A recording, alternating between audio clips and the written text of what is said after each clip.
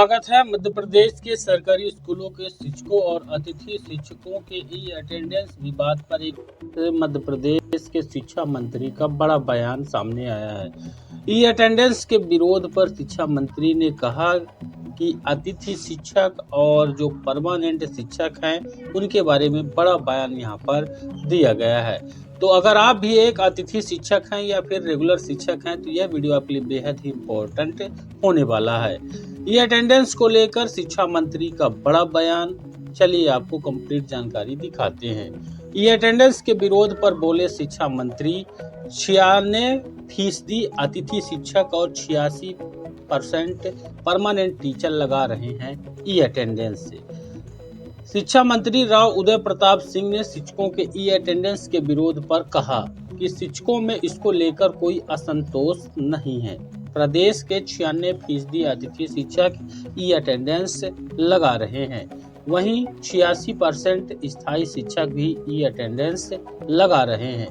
यह इस बात का प्रमाण है कि शिक्षकों में कोई असंतोष नहीं है। शिक्षक ऐसा वर्ग है जो लोगों की चिंता करता है, विद्यार्थियों के हितों की चिंता करता है। ई अटेंडेंस पोर्टल पर महज उपस्थिति का नहीं, शिक्षकों की समस्याओं के निराकरण का पोर्टल है, ऐसा उन्होंने बयान दिया है। ई अटेंडेंस पोर्टल जो प्लेटफॉर्म है वह महज उपस्थिति का नहीं, शिक्षकों की समस्याओं के निराकरण का पोर्टल है। उनके वेतन आदि, उनकी छुट्टी आदि के अप्रूवल का भी यहाँ पर काम होगा। यह एक अच्छा प्लेटफॉर्म है जहाँ शिक्षक अपनी ई अटेंडेंस भी लगाएगा और अपनी समस्याओं के निराकरण भी करेगा। स्वाभाविक रूप से जब किसी चीज की शुरुआत होती है तो लोगों को उसकी जानकारी होती है, भ्रांतियां पैदा होती हैं।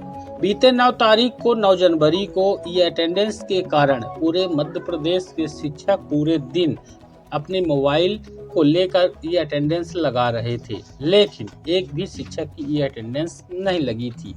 आनन फानन में डीपीआई से हमारे शिक्षक ऐप में ई अटेंडेंस लगाने का जो निर्धारित समय था उसको 2:30 बजे तक बढ़ा दिया गया। आउट करने का समय भी बढ़ा दिया गया। मामला गर्माता देख ई अटेंडेंस लगाने के लिए समय में बढ़ोतरी की गई थी। उसी दिन जानकर ताज्जुब होगा कि उसी दिन मध्य प्रदेश हाई कोर्ट में ई अटेंडेंस पर ही सुनवाई थी और उसी दिन हमारे शिक्षक ऐप का सर्वर डाउन हो गया था। यह भी एक बड़ी कमी कहेंगे कि उस दिन स्कूलों पर पढ़ाई नाम मात्र की हुई होगी, क्योंकि जब शिक्षक ई अटेंडेंस लगाने के लिए अपने मोबाइल को लेकर लगातार प्रयास कर रहे थे, उस समय क्लासरूम पर कौन थे, इस पर भी सरकार को बोलना चाहिए और हाई कोर्ट का संज्ञान लेना चाहिए। लेकिन जब शिक्षकों को पता चला कि इस तरह का प्लेटफॉर्म है तो शिक्षक उससे लगातार जुड़ रहे हैं। माननीय उच्च न्यायालय ने भी निर्देश जारी किया है कि इसमें कोई बुराई नहीं है। आज अगर मुझे जिम्मेदारी दी गई है तो नर्मदापुरम पहुंचकर प्रेस कॉन्फ्रेंस करना है तो यहाँ आकर मुझे प्रेस कॉन्फ्रेंस करना होगा। इसमें दिक्कत क्या है? अभी ई अटेंडेंस को लेकर शिक्षकों के विरोध प्रदर्शन पर उन्होंने बताया कि प्रजातंत्र में प्रदर्शन की गुंजाइश हमेशा खुली रहती है। शिक्षा एवं परिवहन मंत्री ने यह भी कहा कि प्रदेश में बसों की संख्या 16,000 किया जाएगा। जिले में एक सर्वे किया जा रहा है जिसके जरिए दूरस्थ गांवों को बसों के जरिए जिला मुख्यालय से लेकर संभागीय मुख्यालय और राजधानी तक जोड़ने का काम किया जाएगा। इसके लिए वर्तमान में बसों की संख्या को बढ़ाया जाएगा। जहां वर्तमान में 14,000 बसें चलती हैं उनको बढ़ाकर 16,000 कर दिया जाएगा।